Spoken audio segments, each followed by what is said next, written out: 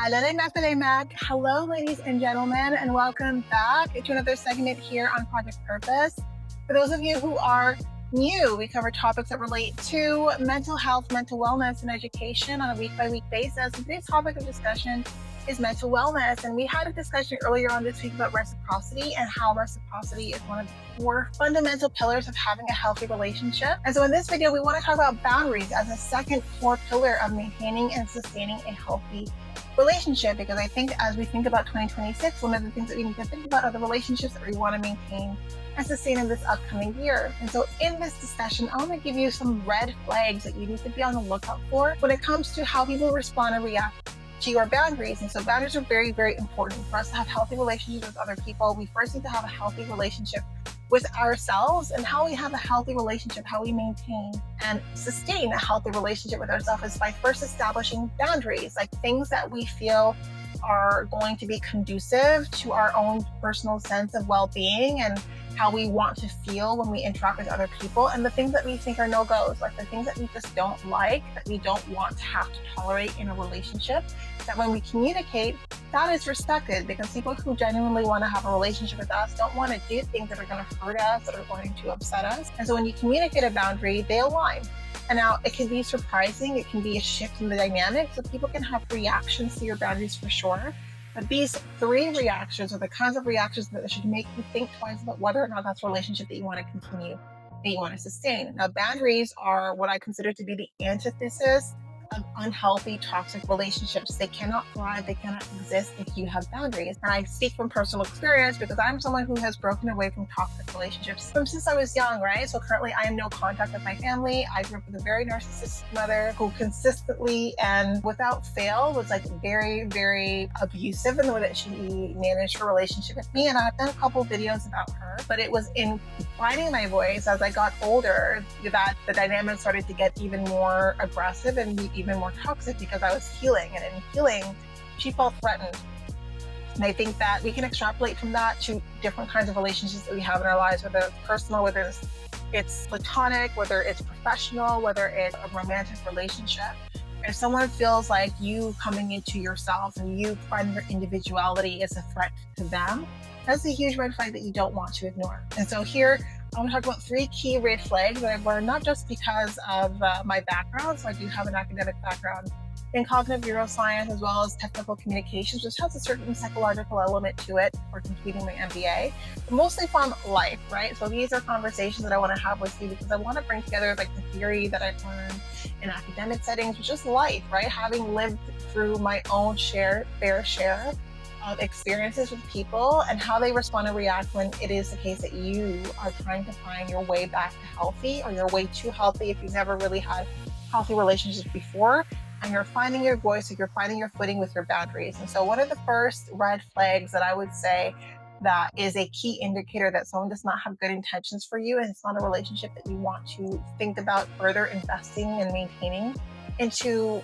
the future, is aggression. And so aggression can happen on so many different levels. Aggression can be sometimes understood, like if it is the case that you're really radically trying to shift the way that people respond and react to you, like it can be understood, or we can empathize with someone like having balking at it, like being shocked that this was something that you were okay with and now you're not okay with. But if someone is aggressive in that they become abusive, their language is they want to rip you down, they're trying to shred you into pieces, they want to make you feel small because you've had the audacity to communicate this boundary, and that is a massive red flag. And so that's what I experienced when I first started finding my voice and finding healing and wanting to honor myself in the behaviors that I tolerated. I was met with a lot of aggression, and aggression from people that I didn't expect, right? And it can be very disheartening or disappointing when you communicate a boundary and the first reaction is mockery. It could be someone mocking your boundary, or mocking even you trying to establish a boundary, shift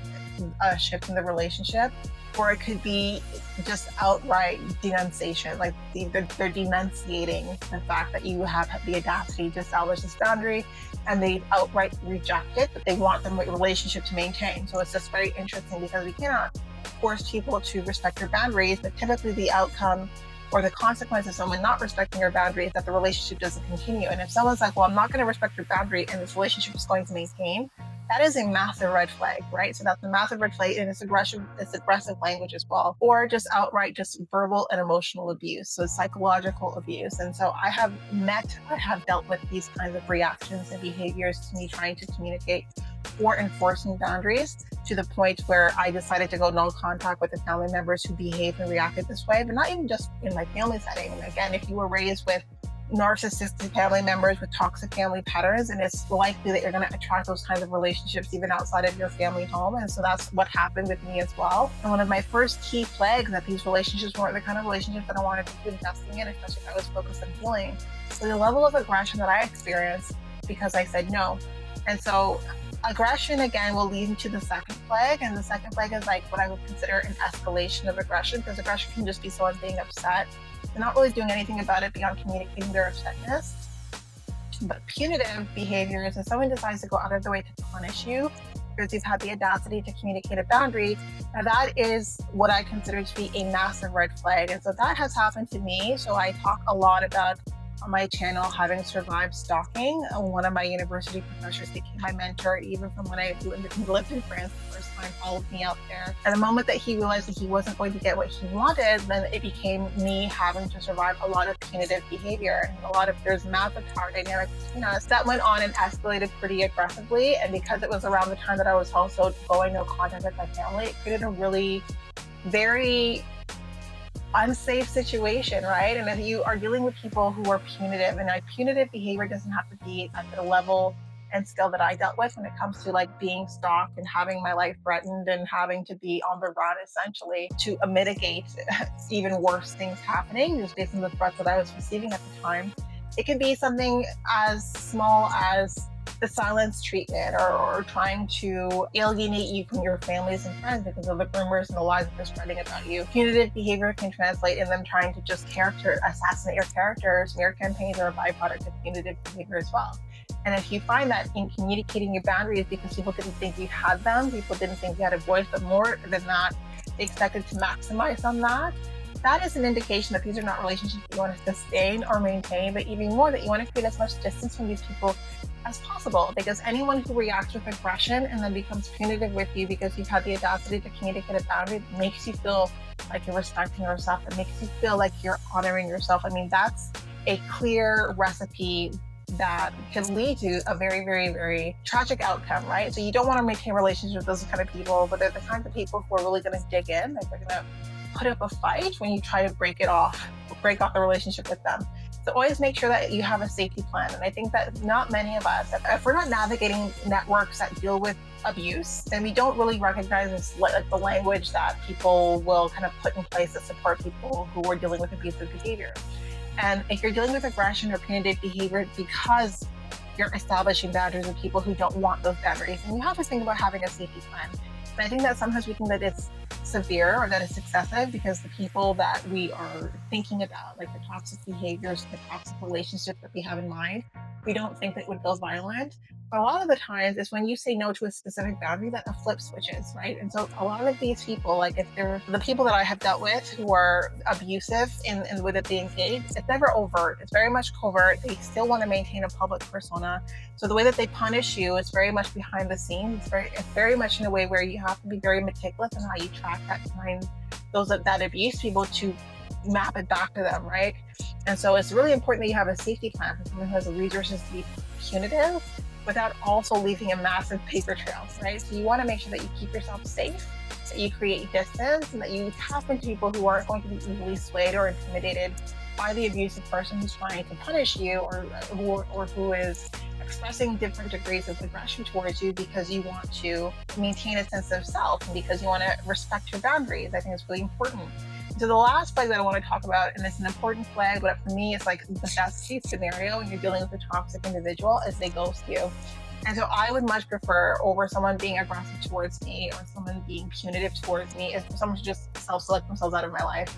And I get it. It can be disappointing. It can be really upsetting that if someone that you saw yourself carving a future with decides to like exit your life, whether it's a friend, whether it's a romantic partner, like however that relationship translates, if they realize that they cannot cannibalize on your vulnerability, and as a byproduct of that, they decide it's not worth their time to like maintain the scam and dip, take it as a win, right? Like take it as a win. But if someone does ghost you because you've communicated a boundary or you communicated an expectation, like that is not a loss, and it can be disappointing. There can be a lot of discouragement or a lot of just it can feel disheartening. But you would much prefer someone self-select themselves out of your life and decide that they're going to stay and then make you bend to their will. I think that's really important.